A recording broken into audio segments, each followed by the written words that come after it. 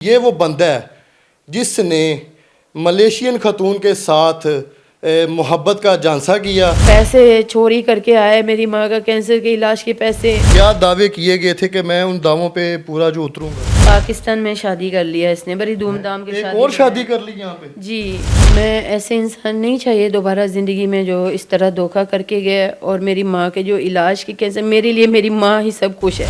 कि फीलिंग के साथ जो खेला गया, पैसे तो फिर आ जाएंगे। ये हसलीना वाती रताने पर मलेशिया का पाकिस्तान। MYK न्यूज की वीडियोस देखने के लिए हमारा चैनल सब्सक्राइब कीजिए और बेल आइकॉन को क्लिक कीजिए ताकि आप हमारी आने वाली वीडियो से बाखबर रह सके। बिस्मिल्लाहिर्रहमानिर्रहीम, अस्सलाम वालेकुम। आप देख रहे हैं MYK न्यूज़ टीवी। मैं हूं आपका होस्ट आमिर भट्ट।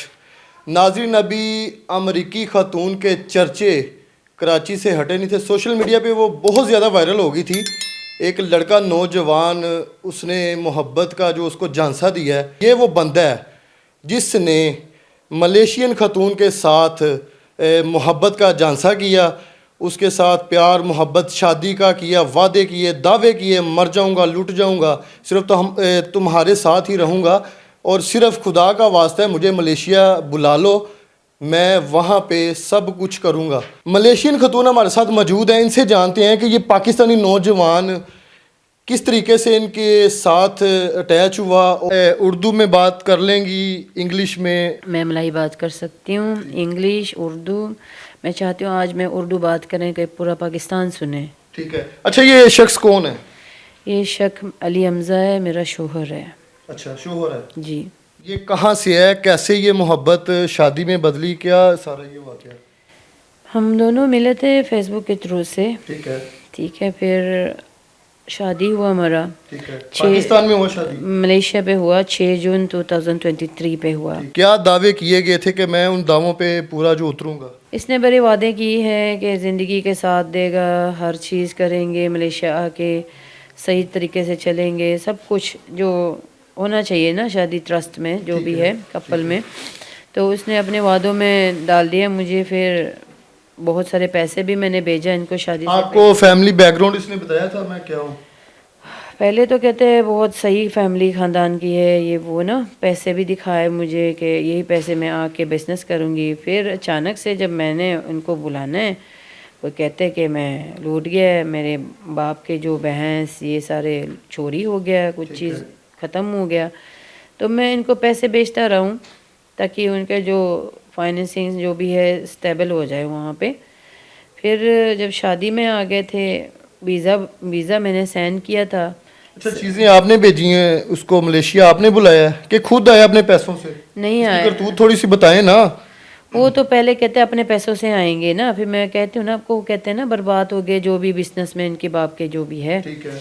फिर मैं अपने पैसे से सारा कुछ मैंने की है। पहले तो मैं कहती हूँ उसको, पहले मैं उम्रा करके आऊँगी, ठीक है। फिर मैं वापस आएंगे, आपको बुलाएंगे। फिर मैंने वीज़ा अप्लाई किया इनके लिए, तकरीबन सारे खर्चा 7000 रिंगिट मलेशिया। ठीक है। ठीक है, इनको बुलाया यहाँ पे। फिर हमारे निकाह हुए। मैं अपने अब्बू को बताया कि मैंने निकाह करना है, ये वो एक लड़का है जो पाकिस्तानी है, तो मिलवाया अपने फैमिली से सारा कुछ। फिर उसके बाद मेरे निकाह हुए। निकाह के बाद इमिग्रेशन की तरफ से 6 महीना इसने वापस जाना पड़ेगा पाकिस्तान। तो मैंने एक्सटेंड करवाई है 3 महीने इनके वीज़ा का। फिर 3 महीने 2 महीने इनसे गया पाकिस्तान, 1 महीने के अंदर मैं चले गया पाकिस्तान उसको मिलने के लिए। वहाँ पे जाके शादी होगी, काम नहीं करता था? ये काम नहीं करता है, बस क्या करता था? बस बैठे रहते हैं घर में, मोबाइल कॉल, ये वो, मेरे पीठ पीछे लड़कियों के साथ सारा कुछ ताल्लुकात है, सिर्फ मुझे नहीं पता था। अच्छा। एक दिन में पता चल गया जब मैं वापस आया ना। आप जॉब करती हैं वहाँ पे? जी, मैं जॉब करती हूँ। इसी तरह गुजारे ज़िंदगी। फिर एक टाइम पे मैं आई हूँ वापस, मैं बीमार हुए थे, मैं आई वापस। मैं देखा इसने बात भी की है लड़की के साथ, उनकी अम्मी के साथ। मैं जब पूछा कौन है, उसने नहीं बताया, जो भी है ना, माफ़ी मांगा।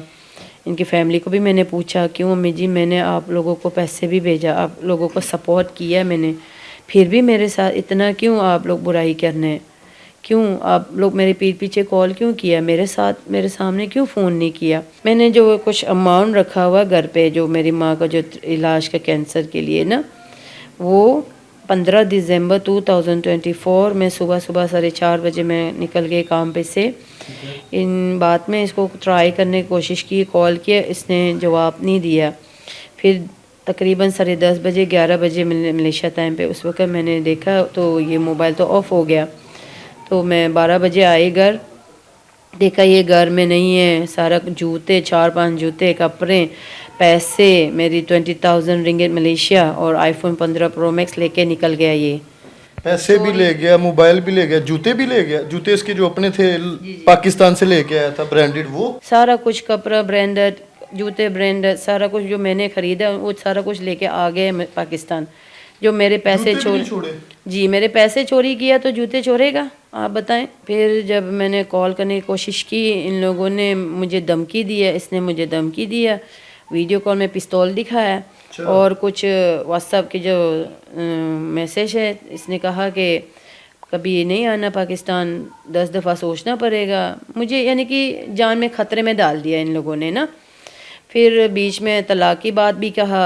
फिर मैं टिकट बनाया, आना मुझे 10 फरवरी, इसने 20 जनवरी पे शादी कर लिया।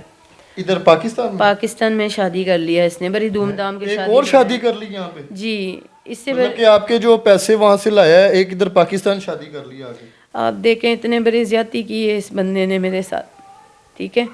ऊपर से मैं कांटेक्ट करने की कोशिश की, गालियाँ, धमकी, तलाक, शादी, पैसे चोरी करके आए, मेरी माँ का कैंसर के इलाज के पैसे, मोबाइल तो वो कहते हैं बस उनके अपने मैंने दिया है। तो तुम किस वजह से तुमने लेके आए पाकिस्तान, किस हक से, बताएं इसको। मेरे पैसे चोरी किए। फिर कभी मैं बातापुर गया, मैं एसपी थाने। क्या नाम लिया अभी आपने? बातापुर थाने, लाहौर के रिहायशी लोग हैं ये बातापुर वाली साइड पे। अच्छा, आपने वो कोई एफआईआर वगैरह करवाई इस पे? पहले थ्रू से हम गए थे थाने, बातापुर थाने, कोई नहीं सुनते मेरा। मैं और मेरे लॉयर गए थे।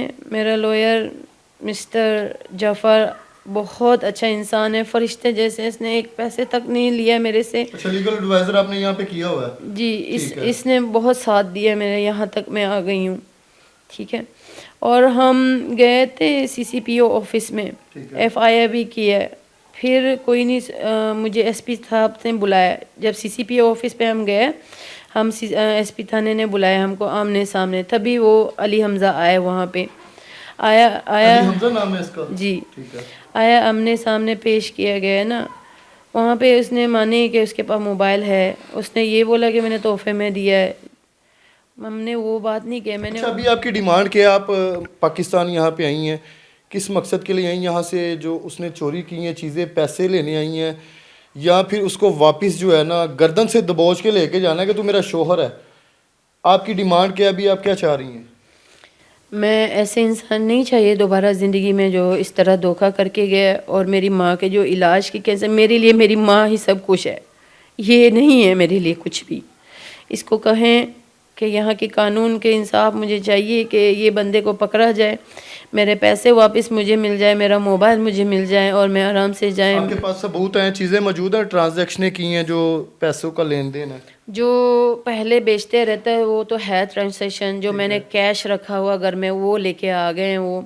और मेरे पास वो रिसीट है सारा मोबाइल का जो इसने लेके आया है पाकिस्तान, ठीक है।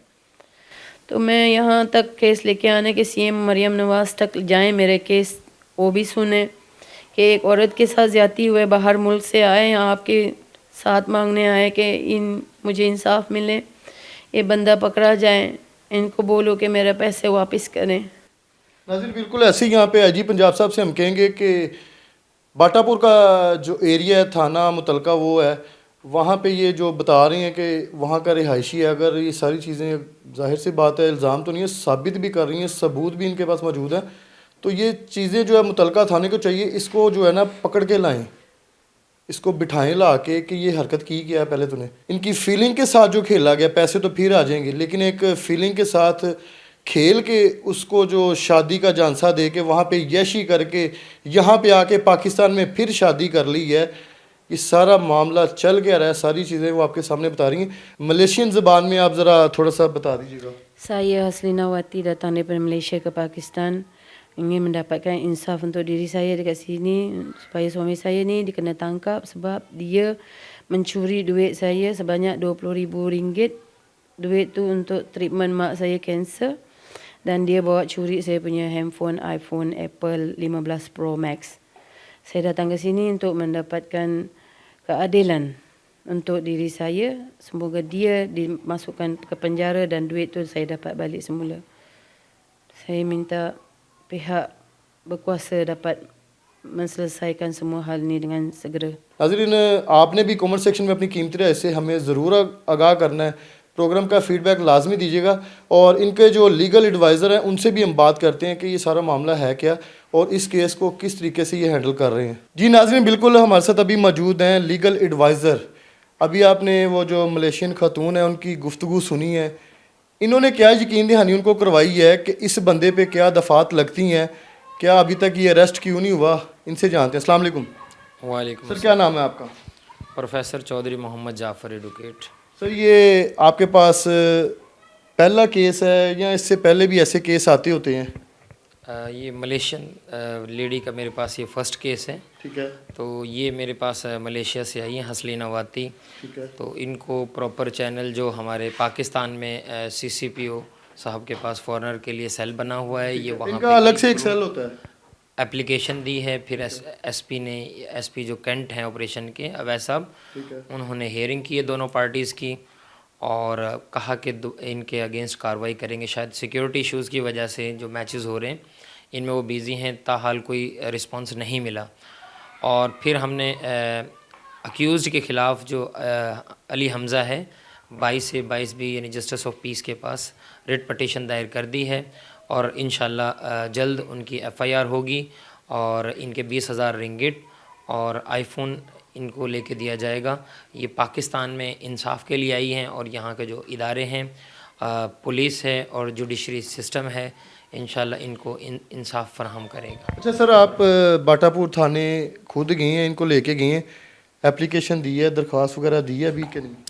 पहले एप्लीकेशन दी थी, उन्होंने एप्लीकेशन एंटरटेन नहीं की थी। ठीक है, जब जस्टिस ऑफ पीस के पास रिट फाइल की है, रिट पटिशन, तो उन्होंने फिर कॉल की और ये गई हैं और उन्होंने कहा कि हम रिपोर्ट हैं जो कमेंट्स हैं जस्टिस ऑफ पीस को सेंड कर देंगे। तो कल की डेट के लिए इनका केस है जो एडिशनल एंड सेशन जज मोहम्मद आशिक साहब के पास फ़िक्स है। तो कल इंशाल्लाह उम्मीद है कि उनके ख़िलाफ़। सर क्या यकीन दहानी इनको करवा रहे हैं कि ये जब यहाँ से वापस जाएं तो पाकिस्तान और पाकिस्तानियों को अच्छे अल्फाज में जो याद करें, इतनी पूरी उम्मीद आपने किया इस पर? जी, हम इनको पूरी लीगल असिस्टेंस दे रहे हैं और यहाँ की जो अदलिया है और पुलिस है वो इंशाल्लाह मिल के, और हम ख़ुद भी एफ़र्ट कर रहे हैं, इनको इंशाल्लाह मायूस नहीं लौटने दिया जाएगा।